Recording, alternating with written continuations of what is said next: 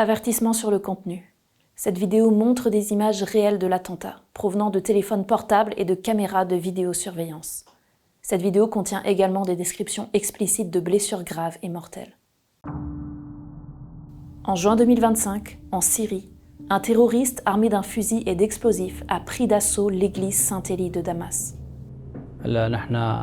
C'était le 22 juin, à 18h. Nous nous rendions à l'église pour l'office. Le service se déroulait comme à l'accoutumée.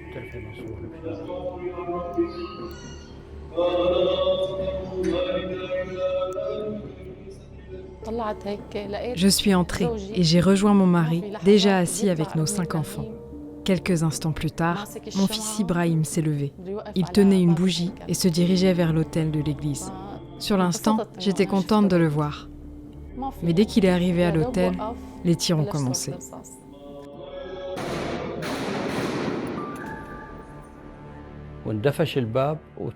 Les portes de l'église se sont ouvertes et nous avons été attaqués par un terroriste. Il tirait sur nous à balles réelles, de gauche à droite.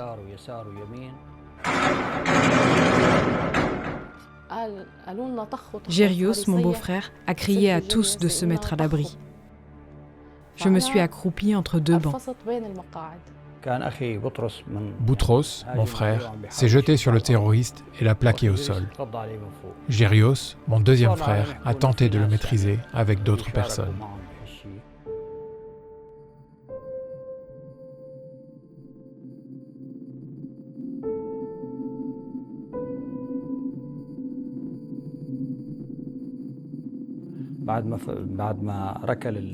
Voyant qu'il perdait le contrôle de la situation, le terroriste a fait détonner ses explosifs. Vous ne pouvez pas imaginer la scène.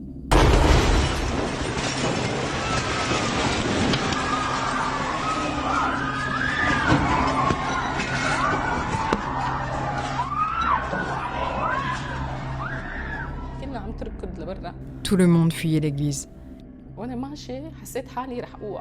J'ai glissé et je suis tombée au sol.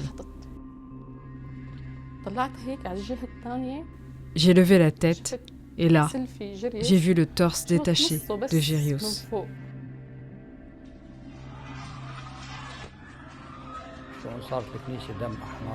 L'église était devenue rouge.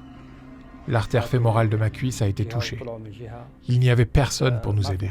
Je suis resté au sol, à l'intérieur de l'église, pendant plus de 10 minutes, avec une hémorragie artérielle. Personne n'était là pour envelopper la plaie avec sa chemise et arrêter l'hémorragie.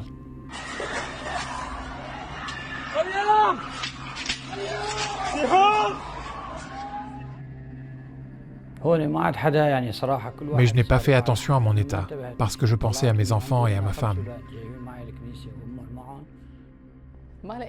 Au début, je ne voyais aucun de nos enfants. J'ai vu une fille qui saignait des yeux. J'ai baissé le regard et j'ai vu les chaussures qu'elle portait. J'ai réalisé que c'était Sarah, ma fille. Je n'avais pas reconnu son visage. J'ai commencé à crier pour trouver mes autres enfants. Je me disais, Seigneur, s'il te plaît, laisse-moi trouver juste un enfant de plus. Juste un de plus, je t'en supplie.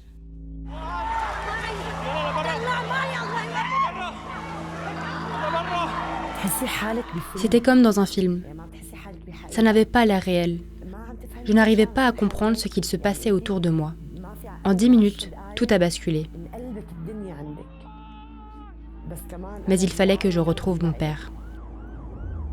Je me suis rendue au service de chirurgie. Il y avait 4 personnes dans la même salle d'opération, dont mon père. Je me suis assise là, près de la porte, à attendre et à prier. Quelle que soit l'issue, peu importe, pourvu qu'il respire encore. J'ai appris qu'il était décédé vers minuit 30, 6 heures après l'explosion.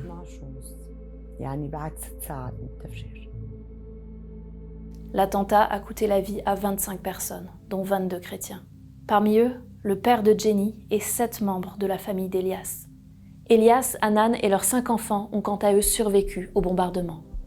Mais Elias et leur fille Sarah ont été grièvement blessés. Dès le lendemain de l'attentat, Portes Ouvertes a apporté du soutien aux victimes par l'intermédiaire de partenaires locaux.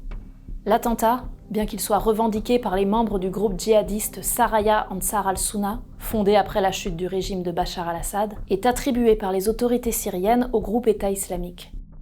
Cela fait environ 1 an et demi que le régime de Bachar al-Assad est tombé. Dans les premiers temps, les chrétiens ne savaient pas trop quoi attendre de cette nouvelle situation. Mais maintenant, ils commencent à être fixés. Ce terrible attentat est la partie la plus visible d'un climat de peur et de menace qui règne sur la communauté chrétienne, depuis que le nouveau président, un ancien membre d'Al-Nosra lié à Al-Qaïda, a pris le pouvoir. Ce dernier a déclaré « Nous travaillerons jour et nuit pour arrêter tous ceux qui ont participé à ce crime odieux et pour les traduire en justice afin qu'ils reçoivent la peine qu'ils méritent. » et a rappelé l'importance de la solidarité et de l'unité face à tout ce qui menace la sécurité et la stabilité de la patrie. Cependant, malgré ces paroles encourageantes, les incidents se multiplient. Tags de menaces sur les églises, messes perturbées par des islamistes prosélytes, chrétiens menacés par les forces de l'ordre, véhicules munis de haut-parleurs circulant dans les quartiers chrétiens appelant à la conversion à l'islam, affiches dictant aux femmes comment bien s'habiller, et même des chrétiens abattus à un checkpoint après avoir révélé leur foi. D'autant plus que les massacres de minorités s'enchaînent en Syrie. Les Alaouites, puis les Druzes, puis les Kurdes. Ces communautés incluent d'ailleurs des chrétiens convertis. Alors, combien de temps avant qu'une nouvelle communauté ne soit touchée ? C'est un cri d'alarme pour les chrétiens syriens que nous voulons lever avec cette vidéo. Leur communauté, déjà fragilisée par un exode massif depuis le début de la guerre en 2014, est plus que jamais menacée d'extinction. Alors que le christianisme existe en Syrie depuis ses tout débuts, c'est pour ça que nous agissons, pour affermir le reste qui est prêt de mourir. À travers nos partenaires terrains, Portes Ouvertes apporte de l'aide matérielle aux familles en crise, ainsi que des formations de préparation à la persécution et aussi un accompagnement post-traumatique. Tout le monde nous a témoigné leur affection, y compris les églises du monde entier. C'est important pour moi de pouvoir aider les gens qui passent par cette épreuve douloureuse, car je suis sûre que ça les affecte autant que cela m'a affectée. C'est mon devoir de me tenir à leur côté et de les soutenir, tout comme j'ai moi-même été soutenue.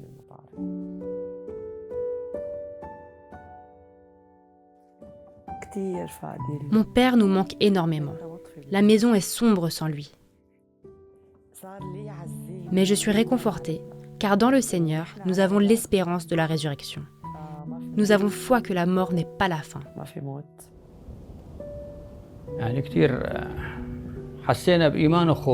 Il est vrai que dans ce lieu de foi, nous avons connu la peur. Mais nous savons que le Seigneur ne nous abandonnera pas.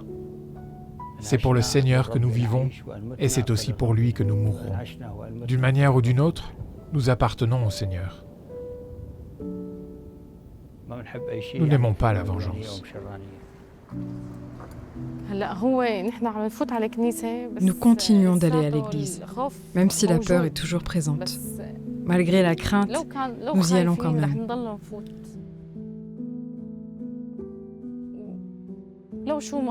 Peu importe ce qui arrive, peu importe à quel point il nous terrorise, je reviendrai à l'église. Mais je veux demander aux gens, ne nous oubliez jamais. Nous ne cesserons pas d'être chrétiens. Ces martyrs seront notre force et non pas notre faiblesse. Nous demandons au monde entier de ressentir ce que les chrétiens d'ici ressentent, de continuer à prier pour que nous tenions ferme, remplis de force et de foi.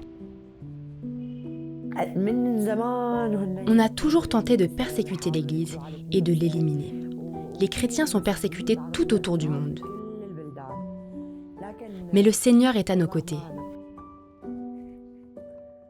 Oui, le Seigneur est avec nous. L'Église restera intacte et ne sera pas affectée par cet incident. La prochaine génération n'en sera que plus forte.